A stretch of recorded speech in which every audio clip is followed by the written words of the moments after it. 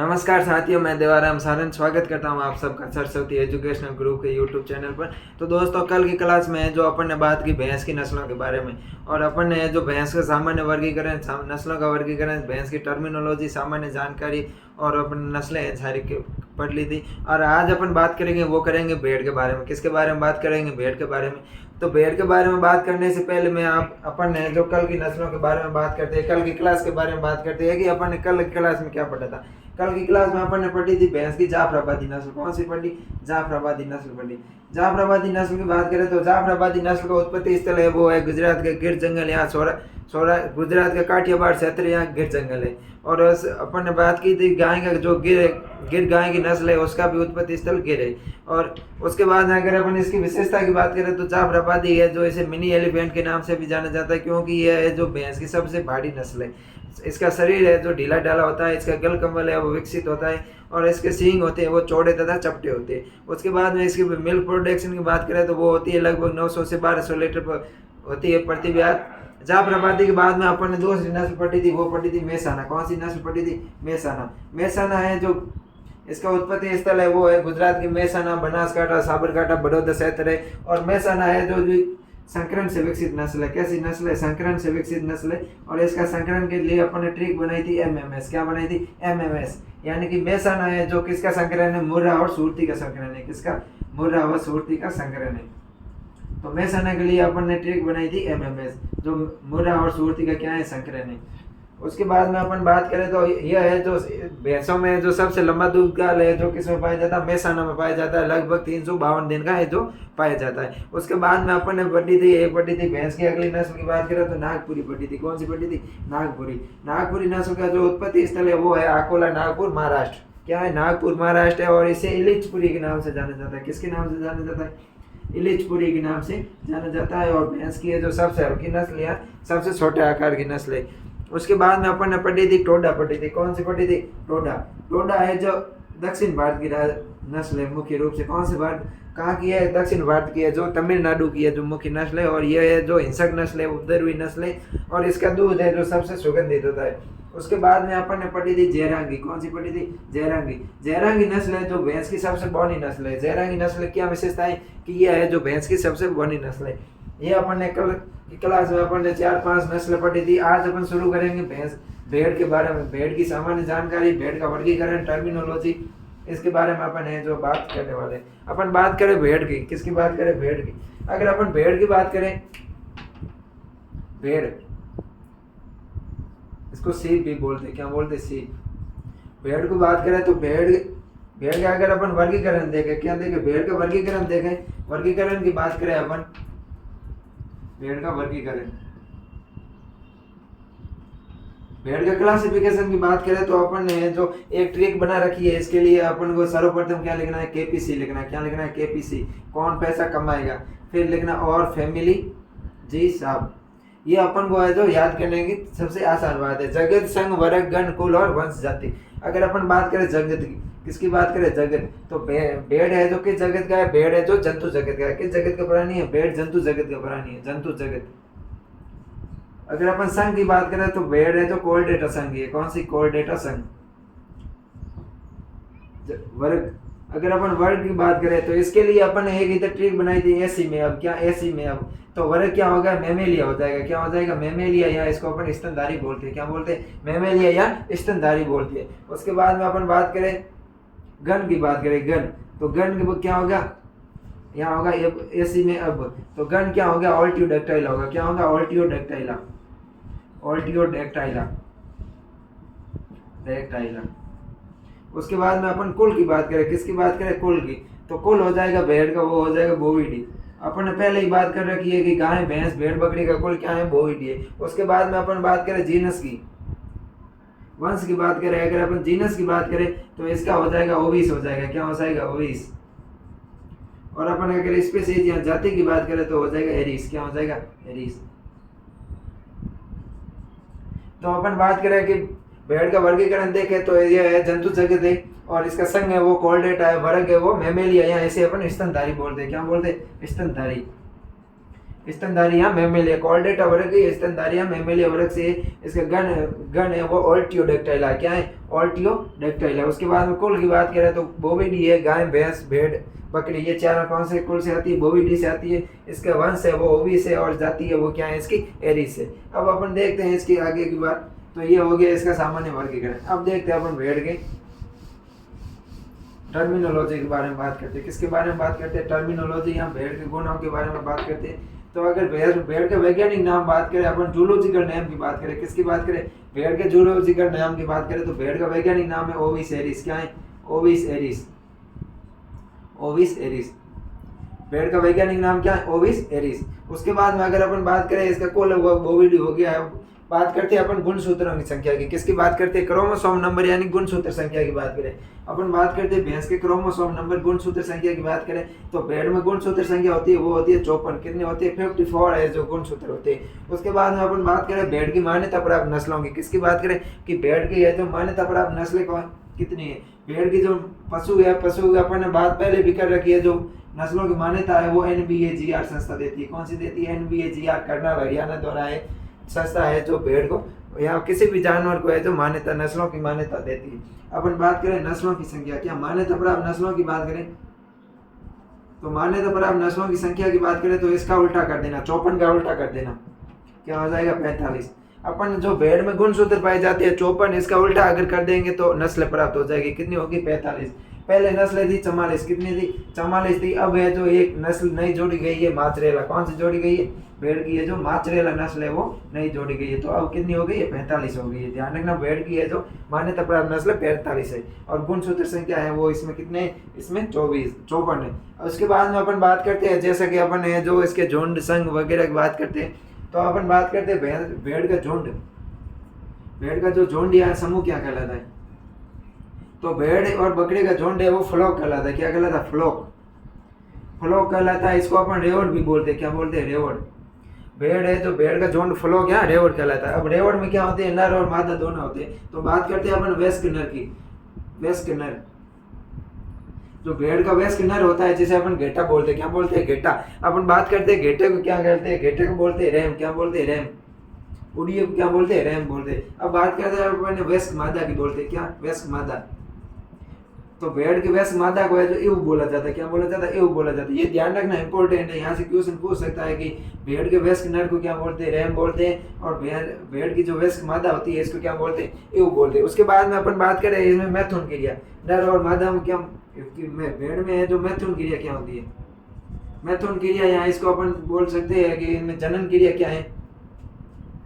या इसमें मैटिंग की बात करें तो भेड़ में मैथुन क्रिया कौन सी क्या होती है? भेड़ में मैथुन क्रिया होती है वो होती है टपिंग होती है। क्या होती है? भेड़ में मैथुन क्रिया होती है टपिंग। टपिंग। गाय भैंस में अपन ने पढ़ी थी सर्विंग पढ़ी थी और भेड़ में होती है मैथुन क्रिया वो होती है टपिंग होती है। उसके बाद में अपन देखें इसमें मध चक्कर। क्या मध चक्कर की बात करें इसमें कि मध चक्कर कितने दिन का होता है? भेड़ में मध चक्कर होता है। गाय भैंस में अपन ने मध चक्कर पढ़ा था 21 दिन का। कितने दिन का पढ़ा था? 21 दिन का पढ़ा था। लेकिन भेड़ है इसमें मध चक्कर कितना होता है? इसमें मध चक्कर होता है 16 से 17 दिन का। कितना होता है? 16 से 17 दिन का, लगभग 16.5 दिन। अगर रेंज में पूछे तो अपन को बताना है 16 से 17 दिन और अगर एग्जैक्ट पूछे तो 16.5 दिन है जो इसमें मध चक्कर होता है। अपन बात करें मध्यकाल की। किसकी बात करें? मध्यकाल की। भैंस भेड़ में है जो मध्यकाल कितना होता है? तो भेड़ में मध्यकाल की बात करें तो मध्यकाल होता है वो होता है 24 से 37 घंटे होता है। कितना होता है? मध्यकाल होता है वो होता है 24 से 37 घंटे होता है। उसके बाद में बात करें अपन इसके गर्भकाल की। किसकी बात करें? गर्भकाल की।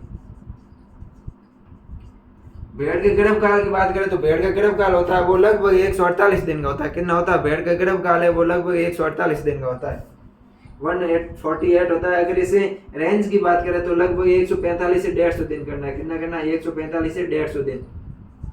ये अपन को ध्यान रखना है। भेड़ का गर्भकाल कितना होता है? 148 दिन होता है। और अपन रेंज की बात करें तो 145 है जो 150 दिन के समथिंग क्या होता है इसमें गर्भकाल होता है। गर्भकाल के बाद में बात करें इसके ब्याने की क्रिया। अपन बात करते हैं इधर ब्याने की क्रिया। क्या गर्भकाल के बाद में इसके ब्याने की क्रिया बात करें अपन तो इसके ब्याने की क्रिया वो होती है लैम्बिंग होती है। क्या होती है? लैम्बिंग। भेड़ के ब्याने की क्रिया। ब्याने की क्रिया क्या होती है? भेड़ के ब्याने की क्रिया लैम्बिंग होती है। क्या होती है? लैम्बिंग। भेड़ के ब्याने की क्रिया होती है वो लैम्बिंग होती है। और भेड़ का नवजात होता है जिसको अपन घेटिया बोलते हैं। क्या बोलते हैं? घेटिया। भेड़ का नवजात क्या कहलाता है? घेटिया कहलाता है। क्या बोलते हैं इसको? लैम्ब बोलते हैं। क्या बोलते हैं? लैम्ब। भेड़ का जो नवजात बच्चा होता है, घेटिया होता है, उसको अपन क्या बोलते हैं? लैम्ब बोलते हैं। और जो ब्याने की क्रिया है उसको क्या बोलते हैं? लैम्बिंग बोलते हैं। उसके बाद में बात करें अपन इसके बंदियाकृत नर की। किसकी बात करें? बंदियाकृत नर। बंदियाकृत नर। तो भेड़ का जो बंदियाकृत नर होता है वो वीडर कहलाता है। क्या कहलाता है? वीडर कहलाता है। भेड़ का बंदियाकृत नर है वो क्या कहलाता है? वीडर कहलाता है। उसके बाद में बात करें अपन बंदियाकृत नस बंदियाकृत मादा की। किसकी बात करते हैं? नस बंदियाकृत मादा। नस बंदियाकृत मादा।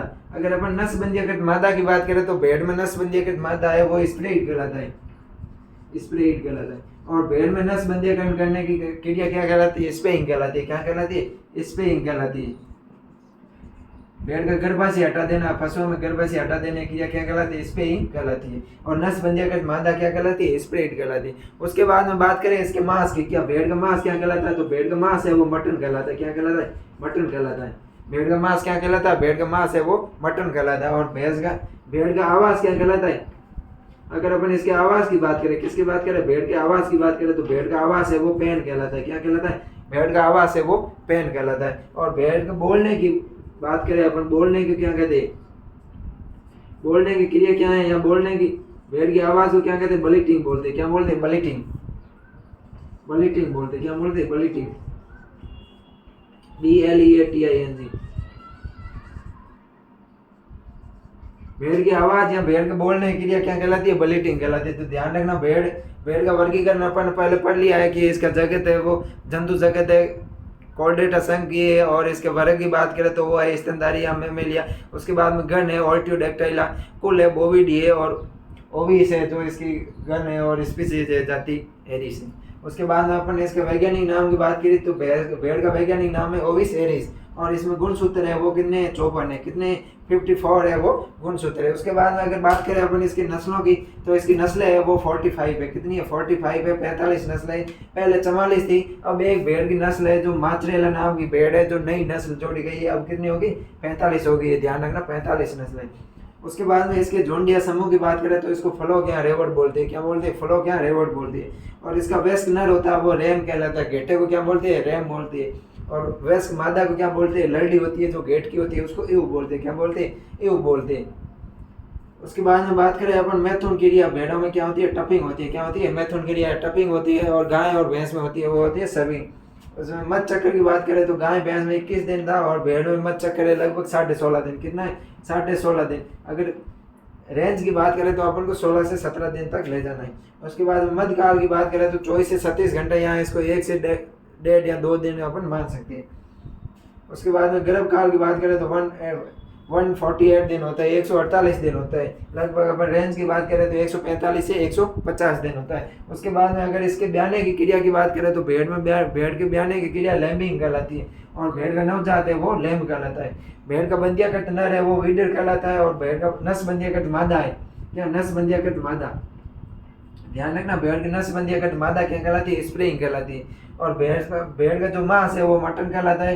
भेड़ का आवास है वो पैन कहलाता है। गाय भैंस का आवास है वो सेड कहलाता था। और भेड़ के बोलने की क्रिया है वो बलिटिंग है। क्या? बलिटिंग। BLEATING। अब इससे आगे अपन बात करें इसके उपनाम वगैरह की बात करें कि भेड़ के क्या उपनाम है, भेड़ के संस्थानों के बारे में बात करेंगे।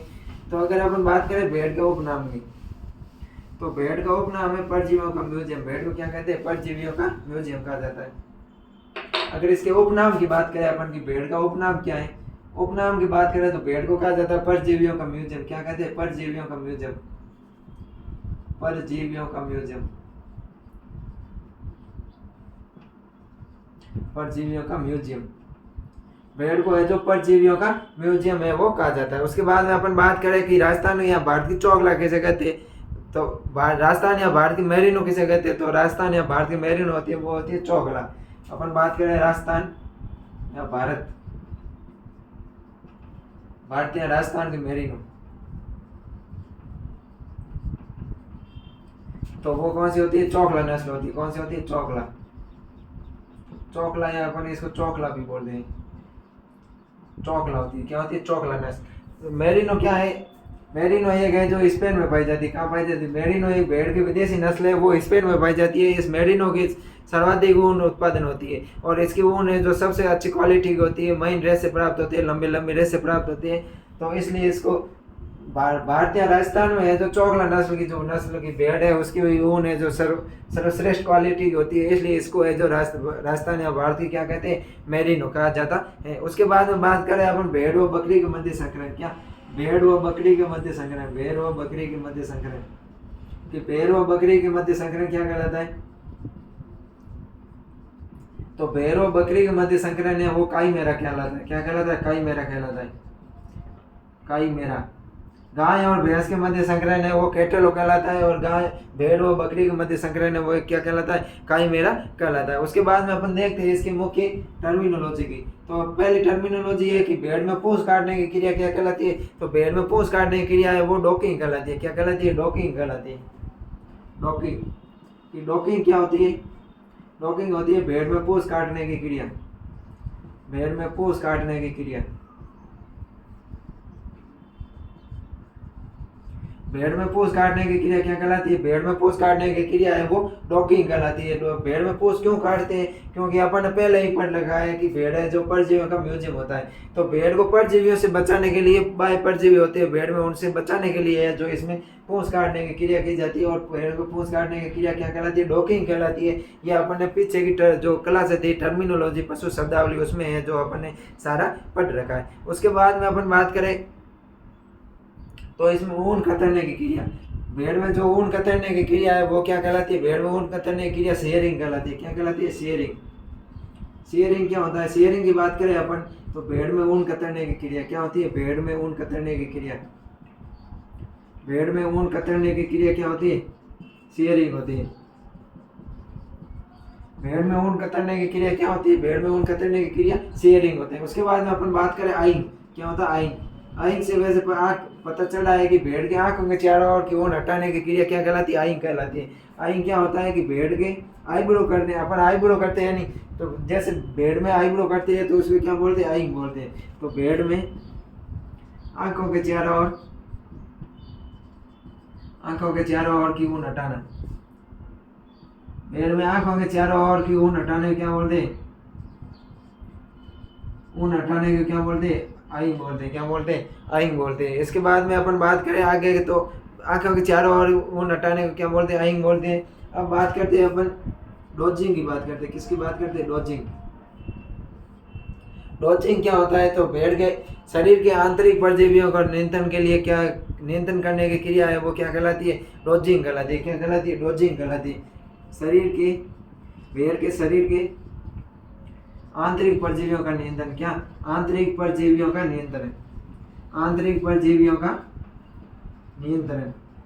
भेड़ के शरीर के आंतरिक परजीवियों का नियंत्रण क्या कहलाता है? डॉजिंग कहलाता है। क्या कहलाता है? डॉजिंग कहलाता है। उसके बाद में है डस्टिंग। क्या है? डस्टिंग। डस्टिंग की अपन बात करें तो शरीर के बाह्य परजीवियों का नियंत्रण क्या कहलाता है? डस्टिंग कहलाता है। शरीर के बाह्य परजीवियों का नियंत्रण। बाह्य परजीवियों का नियंत्रण। भेड़ के शरीर के जो बाह्य परजीवी होते हैं उनके नियंत्रण की क्रिया क्या कहलाती है? डस्टिंग कहलाती है। और आंतरिक परजीवियों का नियंत्रण की क्रिया क्या कहलाती है? डॉजिंग कहलाती है। एक होता है डिपिंग। क्या होता है? डिपिंग। डिपिंग क्या होता है कि भेड़ के शरीर के बाह्य परजीवियों को नियंत्रण के लिए अपन है जो भेड़ के शरीर के बाह्य परजीवियों के नियंत्रण के लिए है जो अपन भेड़ को है जो दवाई के टब में जो उसको डुबोते हैं उसको क्या बोलते हैं? डिपिंग बोलते हैं। क्या होता है कि बाह्य परजीवियों के नियंत्रण के लिए डिपिंग क्या होता है? बाह्य परजीवियों के नियंत्रण के लिए, बाह्य परजीवियों के नियंत्रण के लिए दवाई के टब में डुबोना। दवाई के टब में डुबोना। भेड़ को है जो अपन भेड़ के बाह्य परजीवी होते हैं उसके ऊपर जूं वगैरह होते हैं उनको नियंत्रण के लिए अपन है जो उसको दवाई होती है बाह्य परजीवियों के नियंत्रण की, उसका जो टब भरा हुआ रहता है उसके अंदर अपन भेड़ को डुबाते हैं तो उसको क्या बोलते हैं? डिपिंग बोलते हैं। और बाह्य परजीवियों का नियंत्रण की क्रिया डस्टिंग कहलाती है। आंतरिक परजीवियों का नियंत्रण करना क्या कहलाता है? डॉजिंग कहलाता है। उसके बाद में अपन बात करें तो भेड़ में पूंछ काटने की क्रिया है वो डॉकिंग हो गई है। उसके बाद में बात करें पुल्ड ऊन आती है। क्या आती है? पुल्ड ऊन। पुल्ड ऊन। पुल्ड ऊन क्या होती है? अगर अपन बात करें पुल्ड ऊन, तो मरी हुई भेड़ से प्राप्त ऊन क्या कहलाती है? पुल्ड ऊन कहलाती है। मरी हुई भेड़ से प्राप्त ऊन, मरी हुई भेड़ से प्राप्त ऊन, मरी हुई भेड़ से प्राप्त ऊन क्या कहलाती है? पुल्ड ऊन कहलाती है। मरी हुई भेड़ से अगर अपन ऊन है जो प्राप्त करते हैं तो उसको क्या बोलते हैं? पुल्ड ऊन बोलते हैं।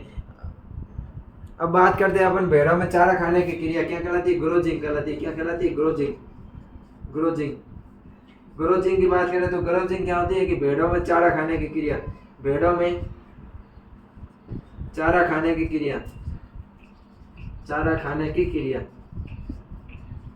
क्या होती है? ग्रोजिंग होती है। भेड़ों में चारा खाने की क्रिया क्या होती है? ग्रोजिंग होती है। अपन ने जो अब मुख्य मुख्य भेड़ की है जो टर्मिनोलॉजी पढ़ ली है, उसके बाद में अगर अपन बात करें तो पहले इसको अपन रफ कर देते हैं। अपन है जो इसमें क्या पढ़ा है कि भेड़ को है जो परजीवियों का म्यूजियम कहा जाता है, और भारतीय राजस्थान की मेरिनो है जो चौकला भेड़ को कहा जाता है। उसके बाद में अपन ने पढ़ा कि भेड़ व बकरी के मध्य संकरण है वो क्या कहलाता है? काईमेरा कहलाता है। भेड़ व बकरी के मध्य संकरण क्या कहलाता है? काईमेरा कहलाता है। और भेड़ के में पूंछ काटने की क्रिया क्या कहलाती है? डॉकिंग कहलाती है। भेड़ में पूंछ काटने की क्रिया क्या कहलाती है? डॉकिंग कहलाती है। भेड़ में ऊन कतरने की क्रिया क्या कहलाती है? शेयरिंग कहलाती है। उसके बाद में अपन ने पढ़ा कि भेड़ के आंखों के चारों ओर की ऊन काटने की क्रिया क्या कहलाती है? आइंग कहलाती है। जब अपन आंखों के चारों ओर की ऊन काटते हैं तो उसको क्या बोलते हैं? आइंग बोलते हैं। आंतरिक परजीवियों का नियंत्रण क्या कहलाता है? डोजिंग कहलाता है। बाह्य परजीवियों का नियंत्रण डस्टिंग कहलाता है। बाह्य परजीवियों के नियंत्रण के लिए भेड़ को दवाई के टब में डुबोना डिपिंग कहलाता है। और मरी हुई भेड़ से प्राप्त ऊन है वो पुल्ड ऊन कहलाती है। उसके बाद में भेड़ के चारा खाने की क्रिया है वो ग्रोजिंग कहलाती है। अब अपन अगर आगे की बात करें तो आगे आता है वो आता है,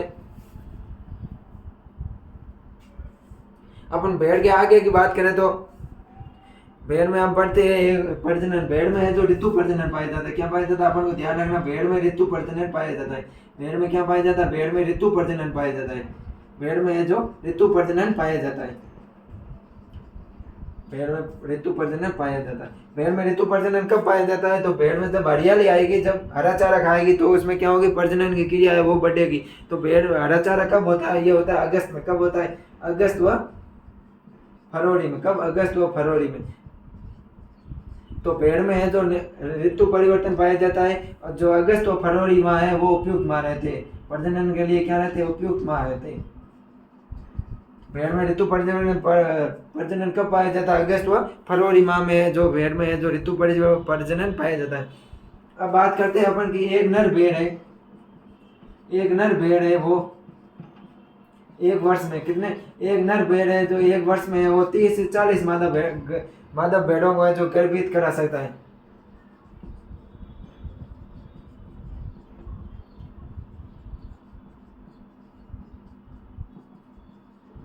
क्या अपन को याद रखना है कि एक नर भेड़ है जो एक वर्ष में कितनी भेड़ों को गर्भित करा सकता है? 30 से जो 40 भेड़ों को है वो एक नर भेड़ है जो एक वर्ष में 30 से 40 मादा भेड़ों को है जो गर्भित करा सकता है। अब अपन देखते हैं राजस्थान को भेड़ों के रूप में किसकी संख्या दी गई है? तो राजस्थान को है जो भेड़ों का घर कहा जाता है। क्या कहा जाता है? राजस्थान को भेड़ों का घर कहा जाता है।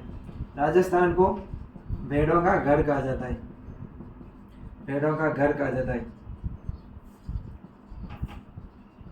राजस्थान को क्या कहा जाता है? राजस्थान को है जो भेड़ों का घर कहा जाता है। एक नर भेड़ है जो एक वर्ष में है जो 30 से 40 मादा भेड़ों को है जो गर्भित करा सकती है। और भेड़ में है जो ऋतु प्रजनन पाया जाता है और इसके लिए उपयुक्त माह है वो है अगस्त व फरवरी। अब बात करते हैं अपन भेड़ के संस्थानों के बारे में कि भेड़ भारत में और राजस्थान में भेड़ के लिए कौन कौन से संस्थान है। अगर अपन संस्थानों की बात करें, किसकी बात करें? संस्थान की बात करें तो केंद्रीय भेड़ एवं ऊन अनुसंधान संस्थान कहाँ है? अभिकनगर मालपुरा टोंक में। बात करते हैं अपन केंद्रीय भेड़ एवं ऊन अनुसंधान संस्थान की। किसकी बात करते हैं? केंद्रीय भेड़ एवं ऊन अनुसंधान संस्थान। ऊन अनुसंधान संस्थान की बात करें तो केंद्रीय भेड़ एवं ऊन अनुसंधान संस्थान है जिसको क्या बोलते हैं? CSWRI बोलते हैं। क्या बोलते हैं? CSWRI, central sheep and wool research institute. केंद्रीय भेड़ एवं ऊन अनुसंधान संस्थान ये कहाँ है? ये अविका नगर में। कहाँ पर है? यह है जो अविका नगर में। कहाँ है? अविका नगर।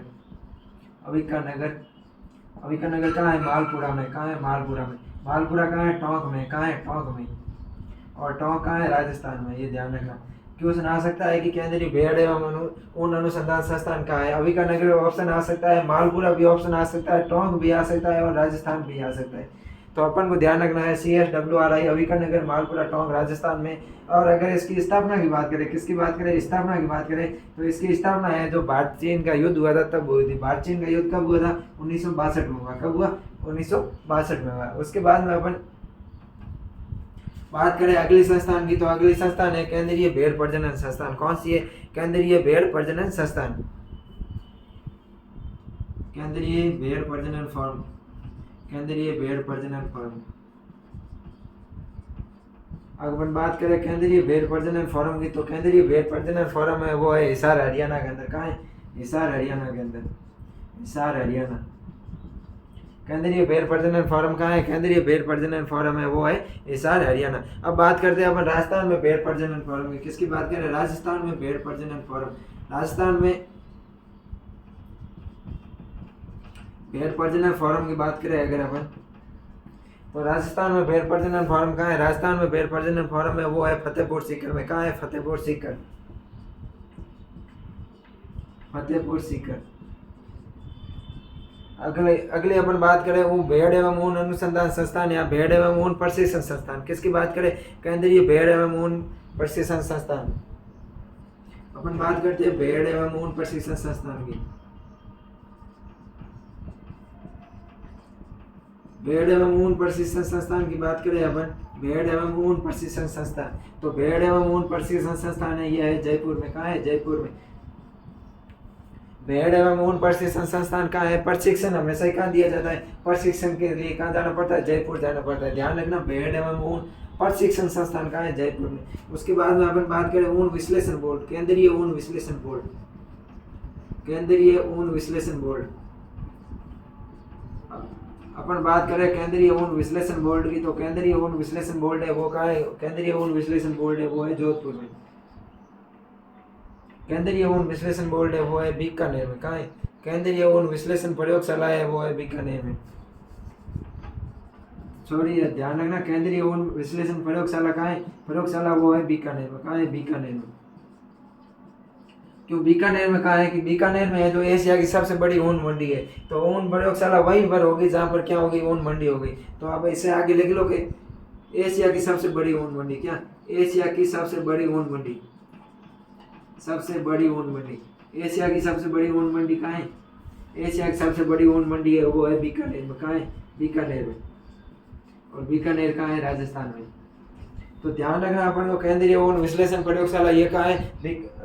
केंद्रीय ऊन विश्लेषण प्रयोगशाला बीकानेर में है। और एशिया की सबसे बड़ी ऊन मंडी भी कहाँ है? ये भी कहाँ है? बीकानेर में। अब बात करते हैं अपन केंद्रीय ऊन विकास बोर्ड की। किसकी बात करते हैं? केंद्रीय ऊन विकास बोर्ड, केंद्रीय ऊन विकास बोर्ड की। तो केंद्रीय ऊन विकास बोर्ड है ये कहाँ है? जोधपुर में। कहाँ है? जोधपुर में, जोधपुर में। किसी ऊन का विकास करना है तो अपन को कहाँ जाना पड़ेगा? जोधपुर में जाना पड़ेगा। उनका विश्लेषण या विश्लेषण करना है, प्रयोगशाला में जाना है तो कहाँ? बीकानेर। और अपन को प्रशिक्षण लेना है तो अपन को कहाँ जाना पड़ेगा? जयपुर जाना पड़ेगा। और एशिया की सबसे बड़ी ऊन मंडी कहाँ होगी? बीकानेर में। यह है कि केंद्रीय भेड़ एवं ऊन अनुसंधान संस्थान CSWRI कहाँ है? अविकानगर, मालपुरा, टोंक, स्थापना 1962 में। उसके बाद में केंद्रीय भेड़ प्रजनन फॉरम कहाँ है? हिसार हरियाणा में। राजस्थान में भेड़ प्रजनन फॉरम है वो है फतेहपुर सीकर में। भेड़ एवं ऊन प्रशिक्षण संस्थान है वो है जयपुर में। और केंद्रीय ऊन विश्लेषण प्रयोगशाला कहाँ है? बीकानेर में, केंद्रीय ऊन विश्लेषण प्रयोगशाला। उसके बाद में बात करें कि एशिया की सबसे बड़ी ऊन मंडी कहाँ है? बीकानेर में। और केंद्रीय ऊन विकास बोर्ड ये कहाँ है? जोधपुर में। अब अपन बात करते हैं कॉलोनीकट भेड़ की बात करते हैं। किसकी बात करते हैं? कलोन भेड़ की बात करते हैं कि पहली भेड़ कलोन द्वारा तैयार प्रथम भेड़। किसकी बात करते हैं? कलोन द्वारा तैयार प्रथम भेड़, कलोन द्वारा तैयार प्रथम भेड़। तो कलोन द्वारा तैयार प्रथम भेड़ कौन सी थी? डोली थी। कौन सी थी? डोली। डोली है जो कलोन द्वारा तैयार प्रथम भेड़ थी। और इस डोली का जो जन्म है वो हुआ था 5 जुलाई, क्या हुआ था? 5 जुलाई 1996 को हुआ था। कब हुआ था? 5 जुलाई 1996। इस डोली का जन्म है वो कब हुआ था? 5 जुलाई 1996 को हुआ था। और इसका विकास किसने किया था? अगर अपन बात करें इसके विकास की, तो इसका विकास है कि क्लोन द्वारा तैयार प्रथम डोली भेड़ है। जो डोली भेड़ का विकास की बात करें तो इसका विकास है जो किसने किया? डॉक्टर इयान विल्मोट ने किया था। किसने किया था? Doctor Ian Wilmut. Doctor Ian Wilmut. तो आज है जो अपन ने जो डोली भेड़ का ध्यान रखना है, इसका विकास है जो डॉक्टर इयान विल्मोर ने किया और क्लोन द्वारा तैयार भेड़ की प्रथम नस्ल है और इसका जन्म है वो 5/7/1996 को हुआ था। और आज अपन ने जो भेड़ की सामान्य जानकारी पढ़ ली है, कल अपन बात करेंगे भेड़ की नस्लों के बारे में। भेड़ की नस्लों को है उसकी जलवायु के आधार पर है जो बांटा गया है, उसके बारे में जो अपन कल की बात करेंगे। तो आज की क्लास को लास्ट समय तक देखने के लिए धन्यवाद।